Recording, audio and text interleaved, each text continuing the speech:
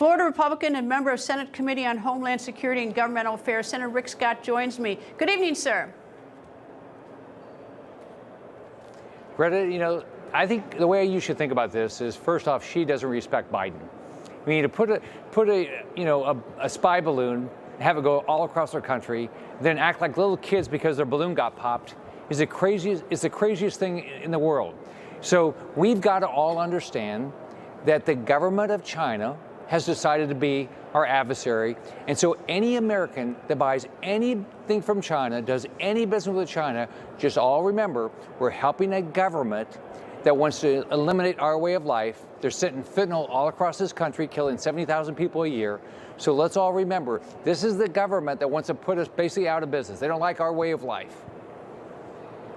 Let me ask you, sir, about last night's State of the Union and a tweet you wrote this morning in which you said, I'll quote your tweet, "Last night, Joe Biden rambled for a while, but it seems he forgot to share the facts. In my plan, I suggested the following. All federal legislation sunsets in 5 years. If a law is worth keeping, Congress can pass it again." Now, I understand that tweet to be in response to the debate over whether Republicans want to cut Social Security and Medicare or not. So my question is this. First, do you want to cut Social Security or Medicare? Is that in your plan?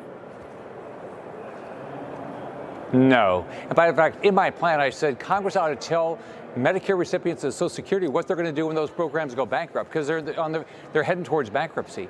I don't know a Republican that wants to reduce Social Security or Medicare benefits. But here's what's interesting about it. Biden signed a bill that every Democrat voted for, no Republicans, that cut $280 billion out of Medicare in September.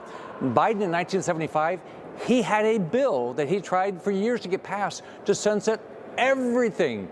And then let me give you a quote that he said in the 90s.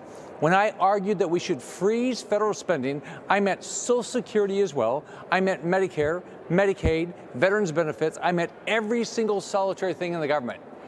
I think he's either confused, clueless, or something. He doesn't remember what he's proposed. All right. So, what is the solution to problem with Social Security and Medicare? I mean, how do we finance this? Well, first off, let's think about this for a second. What we're going to collect in revenues today would be more than our expenses were if we went back to pre-pandemic spending, right? We could balance the budget. So the bottom line is, what you have to do in government, you have to balance the budget and you have to prioritize things. In life, there's a lot of nice to haves, okay, but you can't have them. That's the same with government. What we should prioritize. We want to preserve Social Security. We want to preserve Medicare. We want to preserve our safety net programs like Medicaid.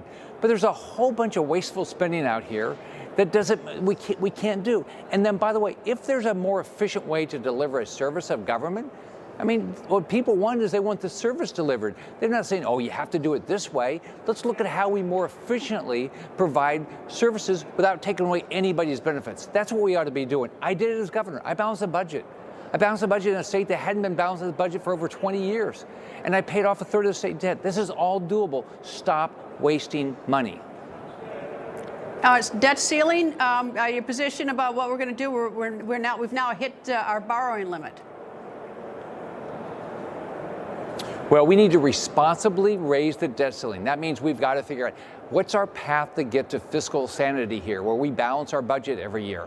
And are there ways that we can save money right now? That's what we ought to be doing. We ought to say, what can we do that will put us on the path that we're going to live within our means, and what can we do to reduce costs right now? That's what I'm working with people in the House and the Senate to do.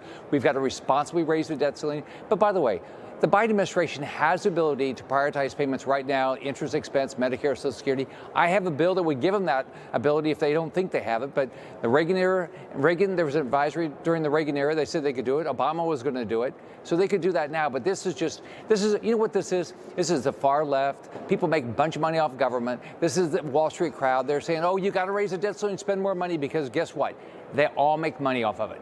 So when we see inflation keep going up, we see mortgage rates and interest rates high, it's because the far left, the big government crowd, Wall Street, they want us all to spend money like that. All right, let me turn to a question that for our viewers here at Newsmax. DirecTV, which is owned by AT&T, has thrown Newsmax off their satellite system. Obviously we don't like it. We think it's they're trying to suppress a different sort of thought or some of the views of some of my colleagues. What's your thought about this? It sure seems like it. I mean, first off, Newsmax has really built a great channel, great platform. They get their views out there. They do a great job. DirecTV, AT&T, they've got to look at and treat everybody fairly. I mean, there's everything I can see, and I did a letter with Senator Cruz asking for more information. What I can see is they're picking and getting rid of conservative views, and they can't do that. So they've got to treat everybody fairly. Senator Rick Scott, thank you, sir. Hope you come back. See you, Greta.